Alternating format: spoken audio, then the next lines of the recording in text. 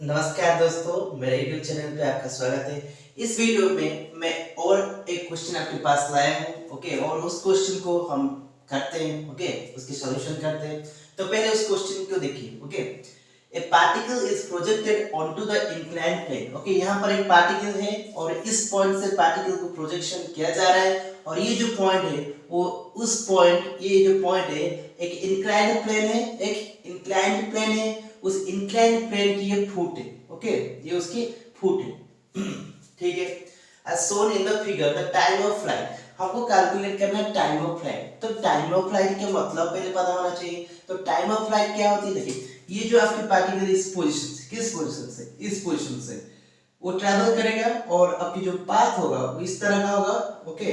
तो ट्रैवल करेगा करेगा उसके बाद इस पॉइंट में आके गिरेगा। ये जो पॉइंट होगा उस इंक्लाइंड प्लेन पे एक कोई पॉइंट होगा, तो उस पॉइंट पे आके गिरेगा। सपोज ये जो पॉइंट है वो P है। तो जब इस पॉइंट पे आके गिरेगा, ओके, तभी उसको कुछ वक्त लगेगा इस पॉइंट से जाने के लिए और वहां पर गिरने के लिए कुछ वक्त लगेगा। तो वो जो टाइम है उसको हम बोलते हैं टाइम ऑफ फ्लाइट। तो हमको कैलकुलेट करना है। तो टाइम ऑफ फ्लाइट कैलकुलेट करने से पहले हम ये ध्यान रखें कि जब पार्टिकल प्रोजेक्टेड हो गया उसको सिर्फ और सिर्फ ग्रेविटी ही जो फोर्स है वो पार्टिकल एक्सपीरियंस करेगा, ओके। कोई दूसरा कोई ऑब्जेक्ट नहीं है, दूसरा कोई फोर्स उसको नहीं मिलेगी, जैसे फ्रिक्शन वगैरह होते हैं, एयर मॉलिक्यूल की जो फोर्स होता है, ओके, या वो सारी चीज उसको कुछ भी नहीं एक्सपीरियंस होगा, तो सिर्फ ग्रेविटी, ओके, ठीक है।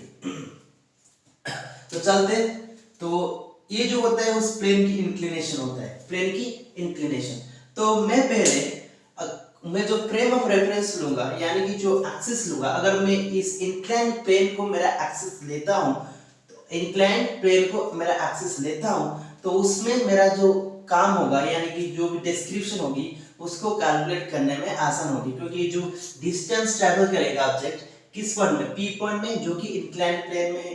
तो देखिए ये आपका एक इंक्लाइंड प्लेन है, ये आपका इंक्लाइंड प्लेन है, ये वाला प्लेन, ओके, ये आपका इंक्लाइंड प्लेन है। और जो इंक्लाइंड प्लेन है, अब जो इंक्लाइंड प्लेन है तो मैं उसको एक्स एक्सिस मान लेता हूँ। क्या मानता हूँ? X axis, okay. और ये होता है उसकी वर्टिकल, ये क्या होता है उसकी वर्टिकल, यानी उसकी नॉर्मल को मैं क्या मानता हूँ वाई एक्सिस मान लेता हूँ, ओके। और ये जो पॉइंट होता है मैं उसको ओरिजिन मानता हूँ, ओके, ये मेरा ओरिजिन है। तो ऑब्वियसली अभी मुझे क्या करना है, अभी मुझे पार्टिकल की ट्रैजेक्टोरी को फॉलो करना है। देखिए जो पार्टिकल होता है उसका जो स्पीड क्या होता है 10 मीटर पर सेकेंड, कितना एंगल बना है 30 डिग्री, किसके साथ, इंक्लाइंड प्लेन यानी कि एक्स एक्सिस के साथ। तो जो इनिशियल स्पीड दे रखा है उसको क्या है 10 मीटर पर सेकेंड, 10 मीटर पर सेकेंड। तो कितना एंगल है 30 डिग्री, कितना है 30 डिग्री। तो उसकी जो cos कंपोनेंट क्या होगी, सॉरी इसकी जो x कंपोनेंट क्या होगी 10 cos 30 यानी कि √3/2। तो क्या हो जाएगा 5√3, क्या हो जाएगा 5√3 मीटर पर सेकेंड, ओके। और इसकी जो वर्टिकल कंपोनेंट होगी, इनिशियल वर्टिकल कंपोनेंट, वो क्या हो जाएगा sin 30 यानी कि हाफ। तो इसका हाफ हो जाएगा यानी कि 5 मीटर पर सेकेंड। तो ये होता है इनिशियल स्पीड, ओके, उस पार्टिकल। अभी देखिए मुझे इसमें जो ग्रेविटी होगा वो सिर्फ ग्रेविटी क्या होगा वर्टिकल होगा, ग्रेविटी क्या होगा वर्टिकल होगा। देखिए ये आपका इंक्लाइंड प्लेन है और ये इसका हॉरिजॉन्टल है, ये एंगल क्या है 45 डिग्री। तो ग्रेविटी क्या होता है उसको नॉर्मल, किसको, इस प्लेन को। और ये वाला जो इंक्लाइंड प्लेन है, ओके, इंक्लाइंड प्लेन है, ये उसकी नॉर्मल है, ये क्या है नॉर्मल है यानी कि जो नॉर्मल है, ओके। तो ये इंक्लाइंड प्लेन की नॉर्मल है जिसको हमने क्या ले रखा है वाई एक्सिस ले रखा है। और ये आपकी क्या है ग्रेविटी की डायरेक्शन है, ग्रेविटी की डायरेक्शन है। तो देखिए ये एंगल 45 डिग्री है, तो इस लाइन को जो नॉर्मल है ये है, और इस लाइन को जो नॉर्मल है ये वाला है वाई एक्सिस। तो ये दोनों में कितना एंगल रहेगा 45 डिग्री, ओके, कितना एंगल रहेगा 45 डिग्री, क्योंकि इन दोनों में जितना एंगल 45 डिग्री है तो उनकी जो नॉर्मल्स होगी उनके भी एंगल 45 डिग्री होगा। तो ऑब्वियसली इस नॉर्मल ये आपकी नॉर्मल है, ओके, यानी कि y एक्सिस है।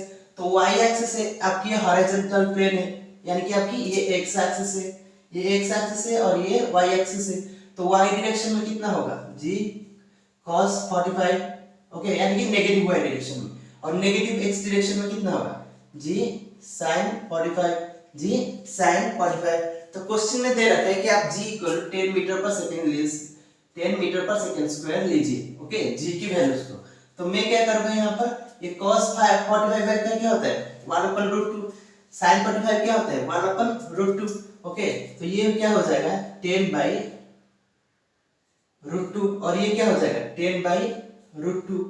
तो मेरा जो ax होगा, ax कंपोनेंट होगा वो क्या होगा माइनस 10/√2, ओके, यानी कि 5√2 मीटर पर सेकंड स्क्वायर, ओके, और जो ay कंपोनेंट होगा वो क्या होगा माइनस 5√2 मीटर पर सेकंड स्क्वायर।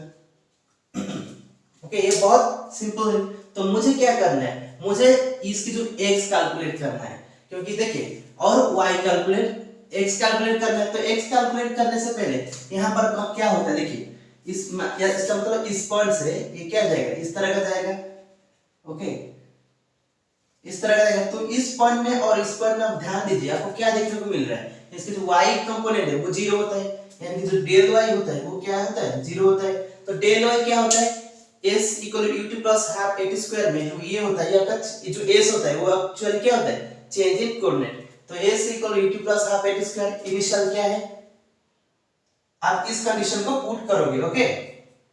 तो डेल y क्या है s equal to ut plus half at square, ut plus half at square vertical direction में ut क्या है 5 है, क्या है 5 into t, ut plus half at square, तो एक्सीलरेशन क्या है वर्टिकल डायरेक्शन में minus half at square 5√2 t square.